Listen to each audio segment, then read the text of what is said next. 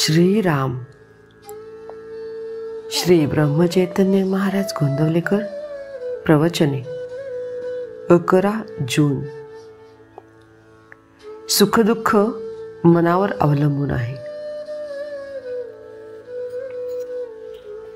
जिथे रोग असेल तिथेच औषध लावले तर उपयोग होईल.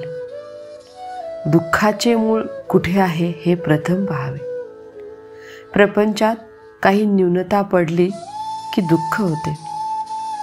श्रीमंताच्या किंवा गरिबाच्या सुखदुःखात तसा फरक तो कोणता? एखाद्याजवळ पैसा पुष्कळ आहे परंतु मूलबाळ नाही म्हणून तो दुःखी असतो, तर दुसऱ्याला संतती आहे पण पैसा नाही म्हणून तो कष्टी होतो.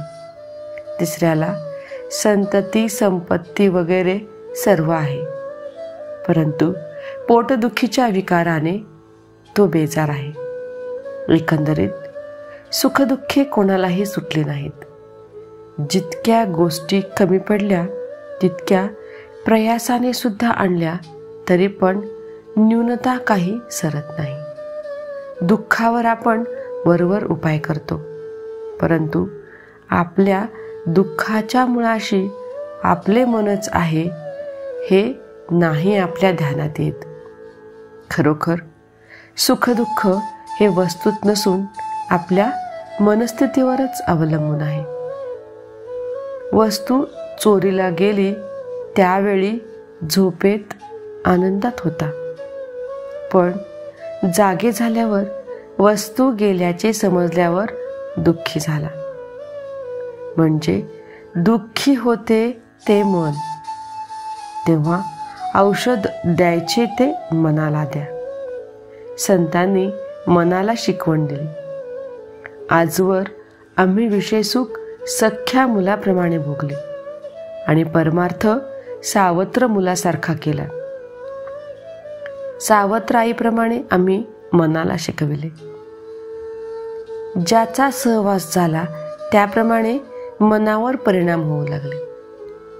विषयाचा सहवास गर्भापासून आपण ठेवतो म्हणून विषयापासून मिळणारा आनंद खरा असे मानू लागलो. ज्याचे बीज लावावे त्याची फळे खावी. आपण विषयाचे बीज पेरतो आणि विषयाची फळे दुःखदायक आहेत म्हणून मग शोक करतो. याला काय करावे? व्यापारी दरवर्षी आढावा घेतात त्याप्रमाणे माझे विषय किती कमी झाले हे आपण पाहावे. जितकी प्रपंचाकरिता तळमळ करतो तितकी भगवंताकरिता करावी.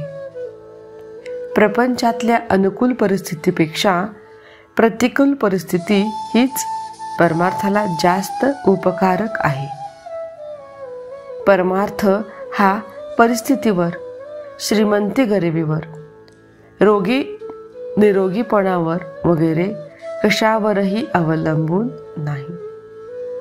मनाची स्वस्थता, अंतःशुद्धता, आचरणाची पवित्रता यावर तो अवलंबून आहे.